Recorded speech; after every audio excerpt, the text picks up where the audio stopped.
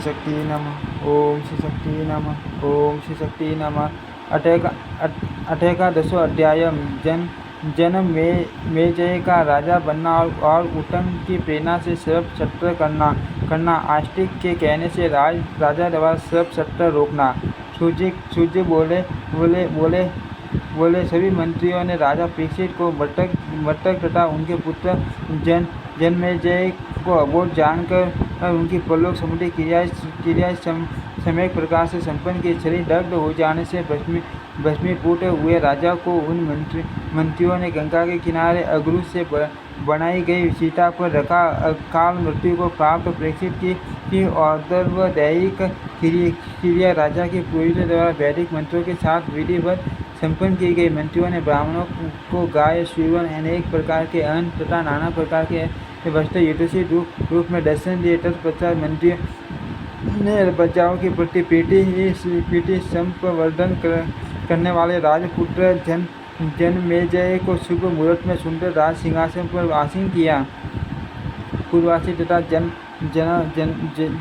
जनपदवासी प्रजाओं ने राज लक्ष्मणों से संपन्न जन्मेजय नामक उस बालक को अपने राजा के रूप में स्वीकार किया। राजकुमारी ने रात्रि ने उन्हें सब प्रकार के राजोचित गुणों की शिक्षा दी। इस प्रकार दिन प्रतिदिन बुद्धि को प्राप्त होते हुए वे महान बुद्धिमान हो गए। उनकी 11 वर्ष की अवस्था होने पर कुल पुरोहित ने उन्हें यथोचित शिक्षा प्रदान की और उन्होंने उसे सम्यक रूप से ग्रहण किया। जिस प्रकार द्रोणाचार्य ने अर्जुन को तथा भार्गव परशुराम ने कर्ण को धनुर्विद्या में प्रशिक्षित किया, उसी प्रकार कृपाचार्य ने जन्मेजय को बलिपाटी पीसकर धनुर्विद्या प्रदान की। इस प्रकार संपूर्ण विद्या प्राप्त करके वे जन्मेजय वेद तथा धनुर्वेद में पूर्ण पारंगत, बलशाली, अपराज्य तथा परमार्थ वेता हो गए। वे धर्मशास्त्र के अर्थों का विवेचन करने में कुशल सत्यनिष्ठ इंद्रजित और धर्मात्मा थे। उन्होंने पूर्व में धर्मपुत्र राजा युधिष्ठिर की भांति राज्य शासन किया।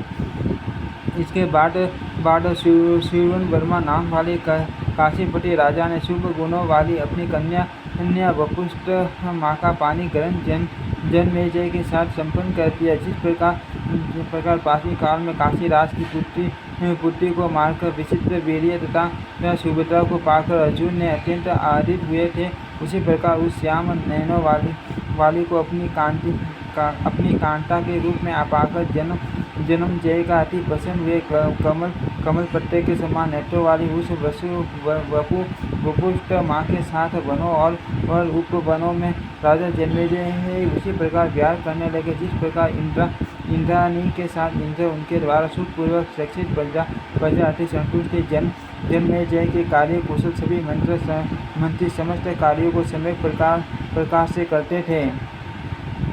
इसी समय तक्षक के द्वारा पीड़ित उटक नामक मुनि का हस्तिनापुर में आगमन हुआ। इसी सर्प की शत्रुता का बदला कौन ले सकता है, ऐसा सोचते हुए वे परीक्षित पुत्र जन्मेजय को यह कार्य कर सकने वाला समझकर उनके पास आए और बोले, हे भूपवर, आपको यह ज्ञान नहीं है कि इस समय क्या करनीय है और क्या अकरणीय है। आप इस समय न करने योग्य कार्य कर रहे हैं और करने योग्य कार्य नहीं कर रहे हैं।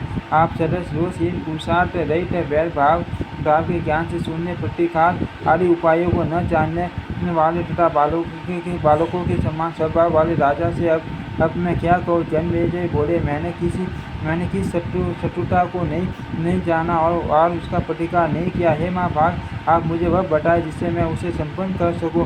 उटंग बोले, हे राजन, आपके पिता पीछे दुष्टात्मा तक्षक नाग द्वारा मार डाले गए थे। आप मंत्रियों को बुलाकर अपने पिता की मृत्यु के विषय में पूछिए। सूर्य बोले उटंग का वचन सुनकर राजा ने मंत्री परवरों से पूछा। तब उन्होंने बताया कि ब्राह्मण द्वारा शापित होने के कारण एक सर्प ने उन्हें डस लिया और वे मर गए।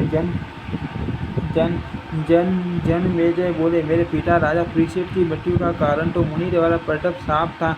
हे मुनिश्रेष्ठ, मुझे यह बताइए कि इसमें तक्षक का क्या दोष था।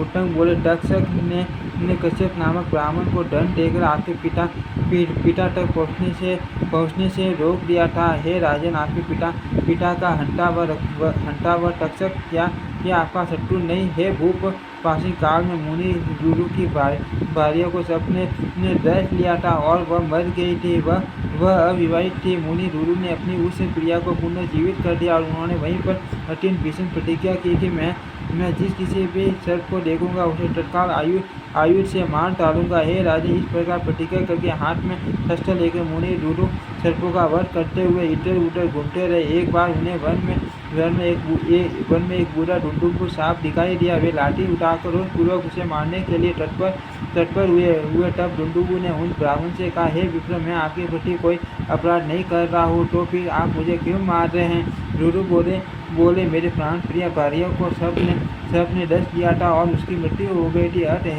हे सर्प, उसी समय से दुखित होकर मैंने ऐसी प्रतिज्ञा कर ली थी। ढुंढुर बोला, मैं किसी को काटता नहीं, जो सर्प काटते हैं वे दूसरे होते हैं, इसलिए सर्प सदस्य शरीर होने के कारण मुझे आप मत मारिए।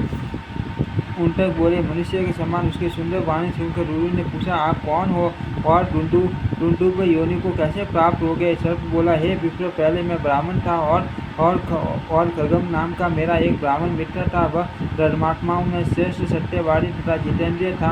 एक बार अपनी मूर्खता बस मैंने टन का सर्प बनाकर उसे डोके में डाल दिया। उस समय वह अग्निहोत्र ग्रह में विद्यमान था। सर्प को देखकर अत्यंत डर गया। भय से थर काँपते हुए उस ब्राह्मण ने विहल होकर मुझे श्राप दे दिया। हे मंद बुद्धि, आपने सर्प दिखाकर मुझे डराया है। अतः सर्प हो जाओ। सर्प रूप में मैंने उस ब्राह्मण की बड़ी प्रार्थना की। तब उस ब्राह्मण ने क्रोध से थोड़ा शांत होने पर मुझे कहा, हे सर्प परमति पुत्र रुरु, आपको इस शाप से मुक्त करेंगे। उन्होंने यह बात स्वयं मुझसे कही थी। मैं वही सर्प हूँ और आप रुरु हैं। आप मेरे वचन को ध्यानपूर्वक सुनिए। ब्राह्मणों के लिए अहिंसा परम धर्म है, इसमें संदेह नहीं। अतः विद्वान ब्राह्मण को चाहिए कि वह सर्वत्र दया करे। है विप्र, यज्ञ से अतिरिक्त कहीं भी की गई हिंसा यज्ञ की हिंसा नहीं कही गई है। उत्तंग बोले, तब वह ब्राह्मण सर्प योनि से मुक्त हो गया। इस प्रकार उस ब्राह्मण के शाप का अंत करके रुरु ने भी हिंसा छोड़ दी। उन्होंने मरी हुई उस सुंदरी को पुनर्जीवित कर दिया और उसके साथ विवाह कर लिया। हे राजन, उस मुनि ने इस प्रकार शत्रुता का स्मरण करते हुए सभी सर्पों का संहार किया था। परंतु हे भ्रष्ट, आप तो वैर भूलकर अपने पिता को मारने वाले सर्पों के प्रति क्रोध शून्य बने रहते हैं। आपके पिता स्नान दान किए बिना अंतरिक्ष में ही मर गए। इसलिए हे राजेंद्र, सर्पों का नाश करके आप उनका उद्धार कीजिए।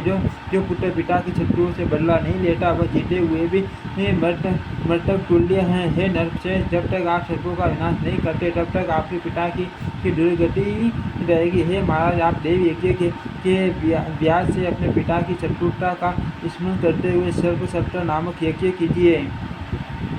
सूची बोले, उटंक मुनि का यह वचन सुनकर राजा जनमेजय अत्यंत दुखी हुए और उनके नेत्रों से अश्रुपात होने लगा। वे मन में सोचने लगे, जिसके पिता सर्प से दंशित हो गए, इस प्रकार दुर्गति को प्राप्त हो, उस मुझ मिथ्याभिमानी तथा दुर्बुद्धि को धिक्कार है। मैं आज ही यज्ञ आरंभ करके प्रज्वलित अग्नि में सर्पों की आहुति देकर अवश्य ही पिता की मृत्यु का बदला लूंगा। सभी मंत्रियों को बुलाकर राजा ने यह वचन कहा, हे मंत्री वरों, गंगा के किनारे शेष ब्राह्मणों से उत्तम भूमि की माप कराकर आप लोग यथोचित यज्ञ सामग्री का प्रबंध करें।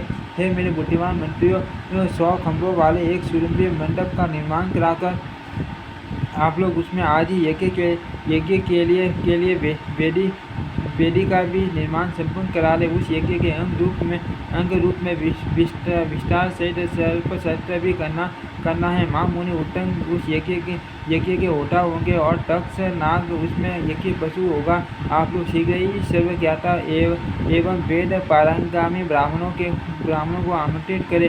सूर्य बोले, बुद्धिमान मंत्रियों ने राजा के कथा अनुसार यज्ञ संबंधी समस्त सामग्री का प्रबंध कर लिया और विस्तृत यज्ञ वेदी भी निर्मित कराई। सर्पों का हवन आरंभ होने पर तक्षक इंद्र के यहाँ गया और उसने बोला, मैं व्याकुल हूँ, मेरी रक्षा कीजिए। तत्पश्चात इंद्र ने उस भयभीत तक्षक को सांत्वना देकर अपने आसन पर बैठाकर उसे अभय प्रदान किया और कहा, हे पनक, आप निर्भय हो जाओ। तदंतर उनतक मुनि उस तक्षक को इंद्र का शरणागत और उनसे अभय दान पाया हुआ जानकर उद्विग्न हो उठे और उन्होंने मंत्र प्रभाव से इंद्र से तक्षक का आह्वान किया। तब तक्ष ने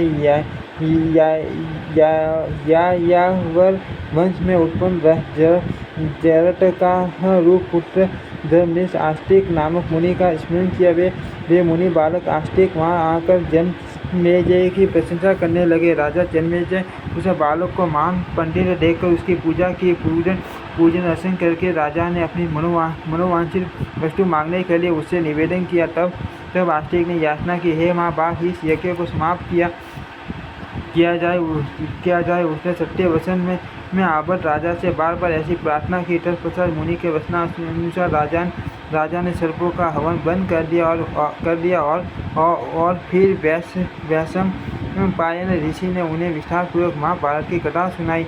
उस कथा को सुनकर भी राजा को विशेष शांति नहीं प्राप्त हुई। तब राजा ने व्यास जी से पूछा, मुझे किस प्रकार शांति मिलेगी? मेरा मन अशांति की अग्नि में अत्यधिक दग्ध हो रहा है। मैं क्या करूं? मुझको बतलाइए। बुझ मंद ने बाकी के पिता और अर्जुन पौत्र परीक्षित अकाल मृत्यु को प्राप्त हुए। हे माँ बाघ, युद्ध में होने वाली मृत्यु क्षत्रियों के लिए श्रेष्ठ होती है। हे व्यास जी, रण में अथवा घर में विधि पूर्वक होने वाली मृत्यु ही अच्छी मानी जाती है, किंतु मेरे पिता का वैसा मरण नहीं हुआ। वे तो अस्थायी अवस्था में अंतरिक्ष में मृत्यु को प्राप्त हुए। हे सत्यवती पुत्र, आप उनकी शांति प्राप्ति का कोई उपाय बतलाइए, जिससे दुर्गति प्राप्त मेरे पिताजी शीघ्र ही स्वर्ग चले जाए। इति श्रीमद्देवी भागवते महापुराणे अष्टादशशास्त्रायां संहितायां द्वितीय स्कंदे सर्पवर्णन नामक 10वां अध्याय। ओम श्री शक्ति नमः। ओम श्री शक्ति नमः। ओम श्री